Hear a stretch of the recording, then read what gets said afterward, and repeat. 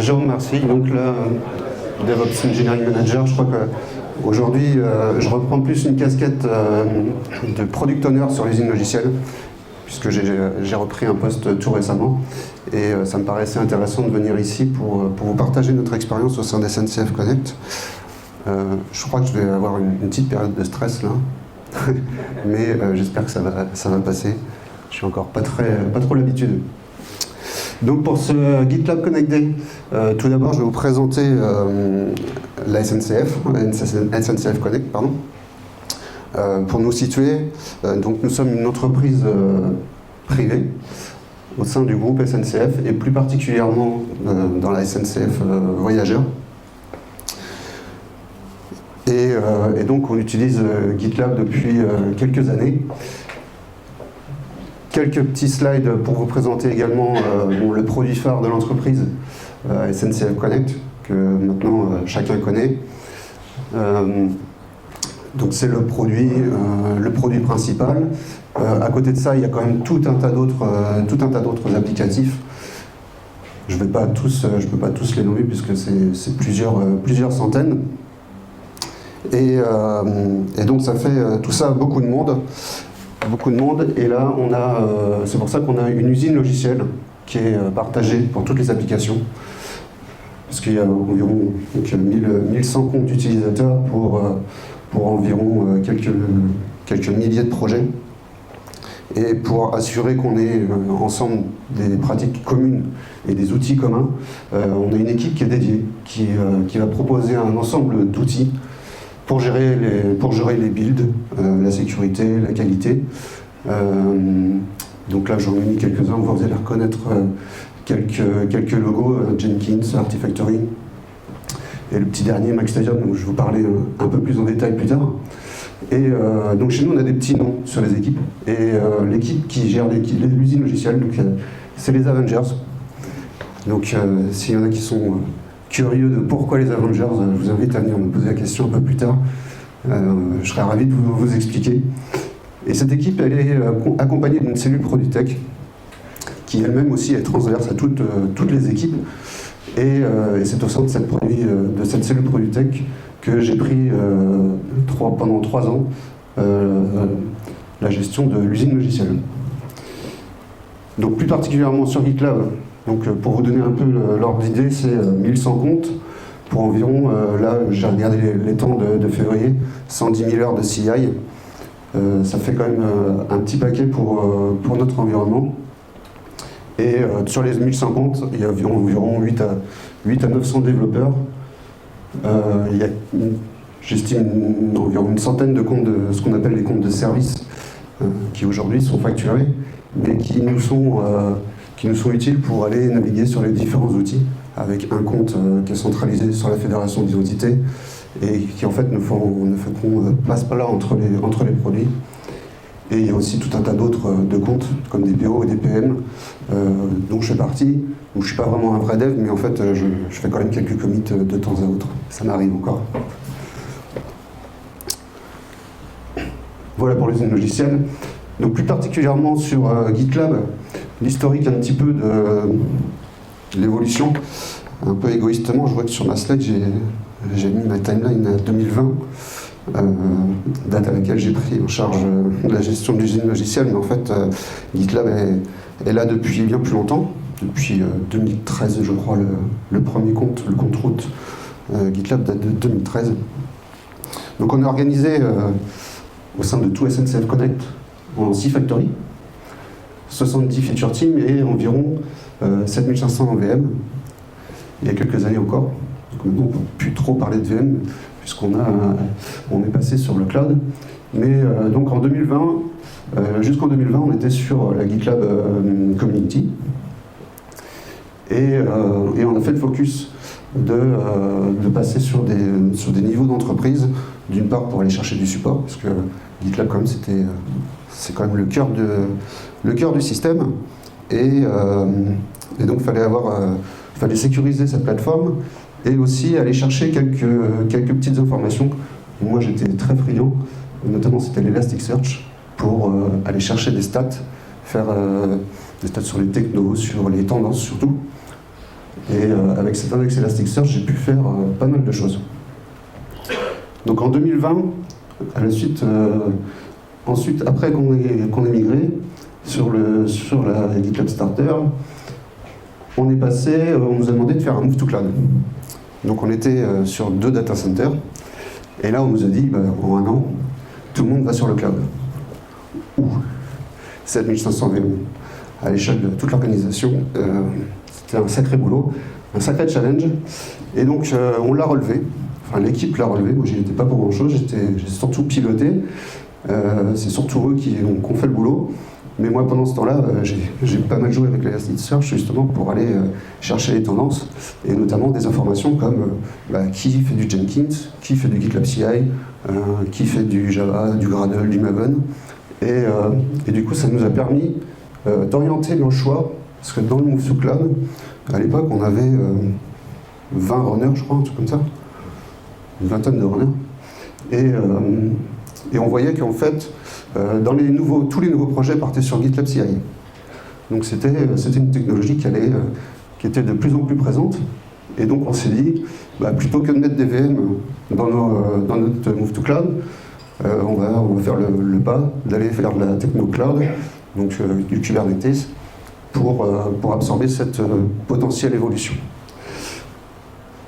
À cette même époque, en même temps, on nous a demandé, il y a une nouvelle application qui est arrivée, le Oui SNCF devenait SNCF Connect, avec tout un tas de nouvelles techno, beaucoup de cubes, mais également un beau monorepo. Donc un monorepo avec quelques années d'historique et quelques 200-300 développeurs. Donc là, grosse charge, et en 2022, on a commencé donc à avoir des problèmes de scale sur les runners, et donc on a mis le focus là-dessus. Donc on s'en est à peu près sorti. Grâce à Kubernetes, c'était un peu plus facile de monter en charge, mais on a commencé à avoir des problèmes de latence sur le GitLab, et donc là on est passé le step supplémentaire sur GitLab Premium. Donc à l'époque, on s'est quand même posé pas mal de questions. C'était aussi la fin de la starter, accessoirement. Donc on se pose la question, c'était est-ce qu'on partait sur la community? Est-ce que, on s'est posé toutes les questions, est-ce qu'on allait sur le SaaS? Est-ce qu'on allait chez quelqu'un d'autre? Donc on a fait pas mal d'études là-dessus. Et on est passé, donc on est resté chez nous, sur le cloud, mais on est passé en Premium, GitLab Premium, pour aller chercher de la haute dispo, les code honneurs aussi, qu'on a vu un petit peu sur la presse de Madou, les code honneurs qu'on utilise beaucoup, justement sur le monorepo, avec tout l'ensemble des développeurs, dès qu'ils touchent une partie du code, il faut qu'il y ait un référent qui vienne valider que le développeur n'a pas cassé toute l'infra, que la CI marche toujours et qu'il n'y a pas de problème de sécurité, etc. etc. Et donc en 2023, tout fonctionne bien, mais ça coûte encore un peu cher.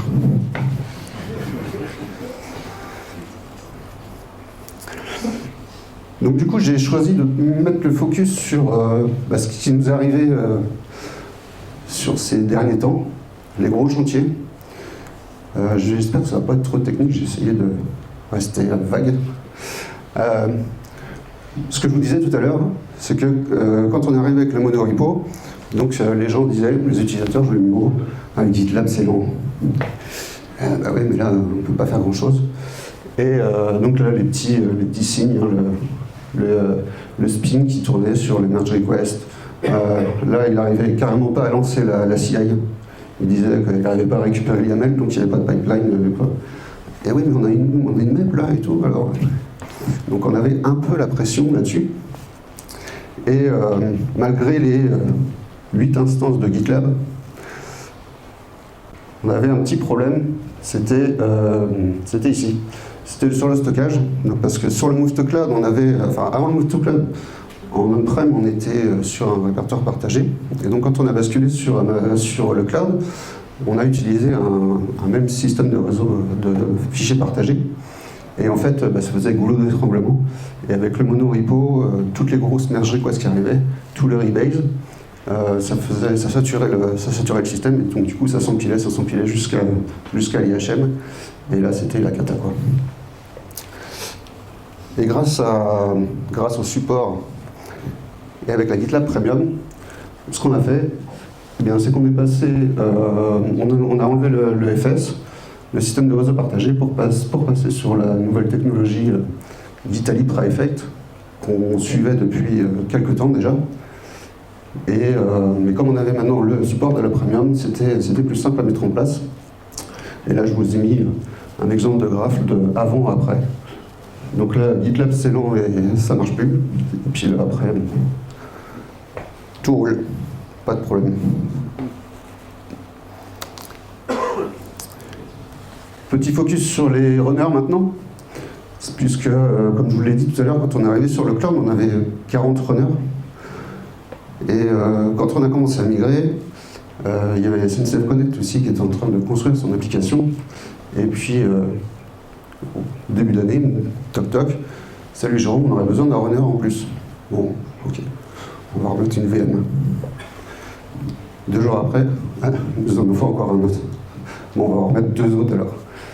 Et puis, on est monté juste comme ça, jusqu'à 60, puis à un moment, ça a pu aller, quoi. Et donc, comme on travaillait en même temps sur Cube, ça s'est bien passé. Et une fois que tout ça, ça marchait bien, donc on est monté jusqu'à 700 jobs en capacité, mais juste comme ça, c'est par des limites d'IP ou ce genre de choses, mais techniquement, il y a moyen d'aller encore plus loin. Et par contre, en moyenne, on montait du coup à 300 jobs simultanés, là où on était à 40 ou 50 un an plus tôt, quoi. Donc là, gros scale-up. Et ensuite, une fois qu'on a fait ça, on est passé sur un système de taille de t-shirt, puisque les utilisateurs, les développeurs, moi j'en ai fait partie, on n'est jamais content, on en veut toujours plus. Et en fait, il y avait des gens qui se plaignaient, qui disaient, bon bah, moi j'ai mon job, je le lance le matin quand j'arrive, il dure 2 minutes, et puis je relance le même dans l'après-midi, c'est 20 minutes. Ah, bah qu'est-ce qui se passe? Et en fait, c'était le problème de Kubernetes qui allouait les ressources en fonction de sa charge. Donc le matin, il était tranquille, et puis en pleine journée, il était à fond la gomme, et puis du coup, il n'avait plus de place. Donc le même job pouvait durer plus longtemps. Et donc là, on est arrivé sur le système de taille de t-shirt avec le système de tag de GitLab, en fait. On a différents... en communication avec le cluster Cube, en fait, on lui met un tag, donne-moi un runner de XL par exemple, qui va correspondre à une limite des requests de 5 Go et 5 Go de RAM et puis de 3 ou 4 CPU. Enfin, je vous dis un truc comme ça au hasard, je ne me rappelle plus exactement. Mais voilà, l'idée c'est de dire aux développeurs, maintenant vous avez différentes gammes de runners que vous pouvez utiliser et essayer d'optimiser comme vous pouvez. Parce que peut-être qu'un linter, il n'y a pas besoin d'avoir 3 CPU, alors qu'un gros bon job un Maven build, là il faut parfois un peu plus. Également petit focus sur les runners. Je vais reprendre le truc. Ici, là, c'est une petite interface à MaxStadium. MaxStadium, je ne sais pas si vous connaissez, c'est un fournisseur de machines Mac qui nous permet de faire les builds d'applications iOS. Parce que, comme chacun le sait, pour fabriquer une application mobile iOS, il vous faut une machine iOS. Et donc, pour mettre tout ça derrière les runners, il y a quelques temps, c'était sur des benches au bout du bureau. Mais quand un certain Covid est passé par là, et que le site était fermé, et qu'il fallait relancer les machines, c'était un peu gênant. Et donc là, on a migré toute cette partie sur MaxStadium. Pourquoi MaxStadium? On a fait pareil, on a fait un benchmark. Donc on les a retenus parce qu'ils avaient déjà une surcouche en fait, logicielle qui s'intégrait à GitLab. Et eux, leur principe, c'est qu'on leur loue des machines et ils ont quelque chose qui fait une interface un peu comme Cube. Et on déploie le runner et il interroge la plateforme. Et dès qu'il a besoin d'un job, ça va popper une VM dans l'infra des Mac. On va lancer le build et il va réteindre la VM. Et ça, j'ai plus le souvenir exact, mais je crois qu'en un mois, c'était fait, quoi. Et donc ça marche très très bien. Et grâce à cette belle interface qu'ils avaient fait avec GitLab, bah, tout était prêt en fait. Bon, et après, il fallait monter la connexion sécurisée, tout ça en réseau, qui était plus trop dans notre périmètre, mais une fois que ça s'était fait, c'était nickel. Du coup, je pense que j'étais un peu vite. Je vous ai mis ici, en contact. Je ne sais pas pourquoi il y a un 3 et 9 là. Bon. Donc moi, Jérôme, je suis product owner, donc en fait, si vous me cherchez sur LinkedIn, vous allez voir Engineering Manager, mais voilà, aujourd'hui j'ai pris la casquette product owner pour venir vous faire cette présentation. Et il y a Jean-Louis Godard aussi qui est avec moi. Donc là, on serait ravis de répondre à vos questions, si vous en avez. Et si vous voulez contacter directement l'équipe, avengers@connect-tech.sncf, ils seront ravis d'échanger avec vous. C'est des choses qu'on fait pas régulièrement, mais on essaye de le faire, d'aller échanger avec nos pairs. J'ai vu qu'il y a des gens dans l'assemblée de chez WeScale.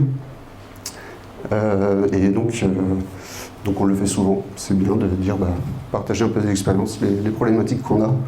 C'est souvent riche d'enseignements. Voilà, si vous avez des questions. L'idée en fait du tag à soumettre en fait un Kubernetes pour voir la machine qui va bien, la VM, qui donne en fait le pod qui va bien. Est-ce que tous les utilisateurs, tous les devs sont conscients qu'il y a peut-être des petites limites, ou tout le monde se met en fait en mode XL et Alors, tout le monde a joué le jeu. Si tout le monde a joué le jeu. Après, généralement, quand on met des limites comme ça, on essaye d'être pragmatique et d'y aller tranquillement. Donc au début, on est passé juste sur les requests. On leur a dit attention, faites attention. Puis après, hop, on passe sur les limites. Et maintenant, tiens, j'ai mon build qui marche plus. Bah oui, parce qu'on a prévenu que maintenant, ça pétait si tu le consommais trop.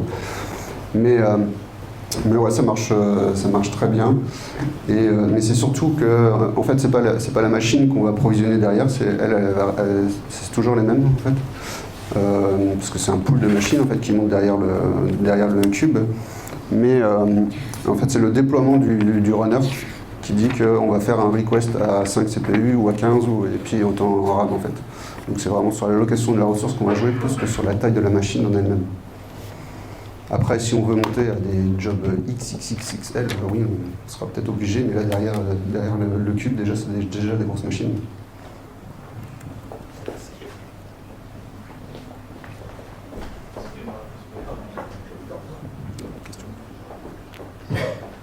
Bonjour, donc merci pour le retour d'expérience. J'aurais une question à poser par rapport à la migration de Jenkins vers GitLab CI. En fait, qu'est-ce qui a fait que les équipes sont passées plus de Jenkins vers GitLab CI?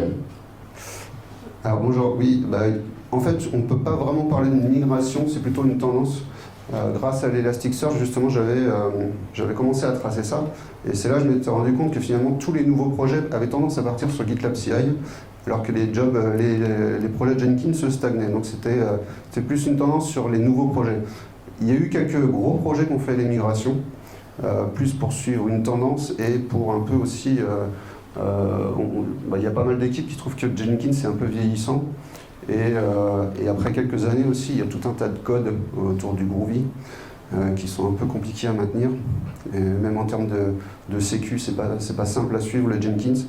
Donc finalement, pour les projets qui ont les moyens de migrer, ils le font.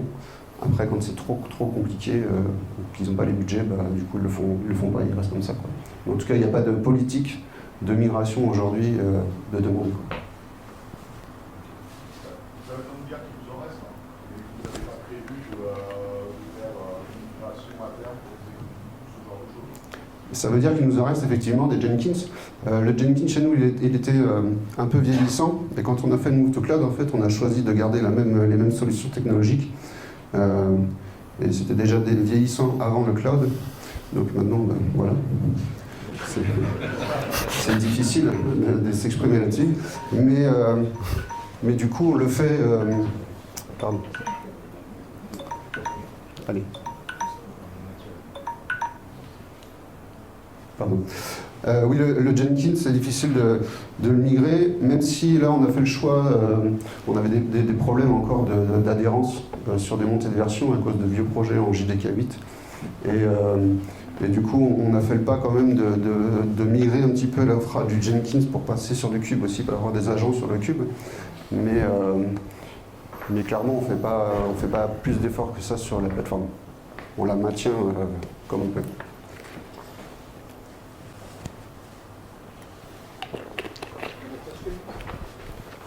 Oui. Les instances GitLab, vous les avez installées en mode VM ou en mode opérateur sur... C'est en mode VM, oui. C'est en mode VM. Aujourd'hui, on a 8 instances qui sont derrière des NLP, HACrossy et tout ça pour faire le load balancing. Et c'est encore des VM. Au niveau de la fédération d'identité, j'ai vu qu'il y avait Vault au niveau de l'usine logicielle. Alors oui, on va utiliser Vault. C'est pas une obligation, ça dépend des projets. Il y a des projets qui vont utiliser le Vault, d'autres vont utiliser des outils sur le cloud. Nous, ce qu'on aime bien justement avec la Premium, c'est que Vault est aussi très bien intégré. J'ai pas d'exemple là, mais c'est juste dans l'YAML, on fait secret de point, le nom de mon secret, et puis il va le chercher avec le token JWT, ça s'authentifie tout seul, c'est super transparent. Là où avant on avait besoin de passer par un peu de code applicatif pour les requêter via des API, là, maintenant avec GitLab Premium, c'est juste une déclaration de variable.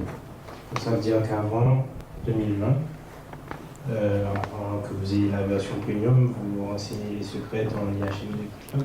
Alors il y avait les deux, il y avait des secrets dans l'IHM de GitLab, mais on avait aussi du code pour aller interroger le Vault. Donc on insérait dans des prescripts pour aller chercher les infos. Donc, du coup c'était du code qu'on devait maintenir avec des librairies en Python. Donc dès qu'il y avait le Renovate qui passait par là, il faisait attention, il y a une librairie à upgrader. Et fallait le maintenir, quoi. Alors que maintenant avec Premium, il n'y a plus de code maison et ça se fait très bien. Thank you very much. Merci.